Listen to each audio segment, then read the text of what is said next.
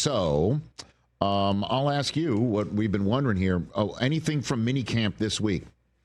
Anything, any of the storylines, any of the holdouts, any of the quarterback competitions that you think we do have a roadmap of what's going to happen in week one and who's going to be around in week one? Lewis Riddick, anything this week? Man, I'll tell you, look, the Cincy situation with Jamar Stewart is just unbelievable.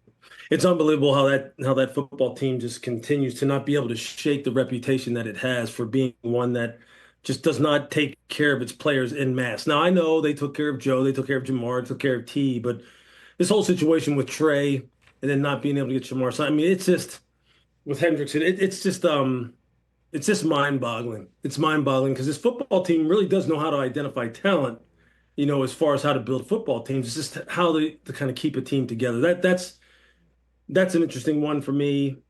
I think obviously when you start thinking about Aaron in Pittsburgh and what is the effect going to be? Look, I thought I had said a couple months ago, Rich, that I thought that they needed each other, that these two were a good match in terms of Pittsburgh needing a guy who could level them up at quarterback.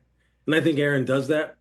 And I really do believe, contrary to maybe what evidence has shown you, that he is someone who can just buy in and fit in and not have to try and manipulate and change and have everything his way. And because he's not going to have that in Pittsburgh. And I think that's exactly what he needs to just focus playing the game and playing it at a high level and making everyone else around him better. So I think those are two really, really good stories for me. You got to keep your eye on what's going on in Washington with Terry McLaurin. I know it's early. I know we're still in June. When you're talking about trying to keep a young quarterback from having any kind of setback, Terry McLaurin is critical for Jaden Daniels. Any time missed is a lot of time missed for me when it comes to that kind of situation, because Terry is fantastic. And he's not just fantastic as a player. He's fantastic as a teammate by all accounts, in every account. And Jaden needs him on the field in order for them to take another step up and continue to battle with Philadelphia for supremacy in the East, who is going to be right there again.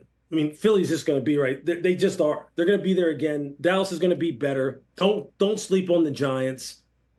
That pass rush, the Giants may have a top 5 defense, a top 3 defense in the NFL this year. They may have the best pass rush in the NFL this year. Really?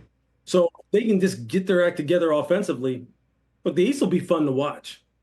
The East will be real fun to watch. Catch the Rich Eisen Show live weekdays from 12 to 3 p.m. Eastern on Roku Sports Channel in the U.S.